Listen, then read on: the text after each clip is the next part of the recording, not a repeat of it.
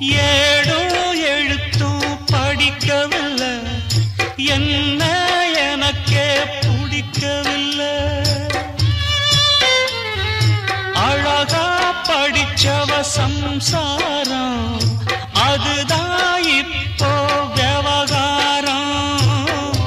அக்கம் பக்கம் எல்லாருக்கும் ராப்பொழுது நல்லா இருக்கும். இப்போ இந்த ராவும் எனக்கு பகலா சுடுதே.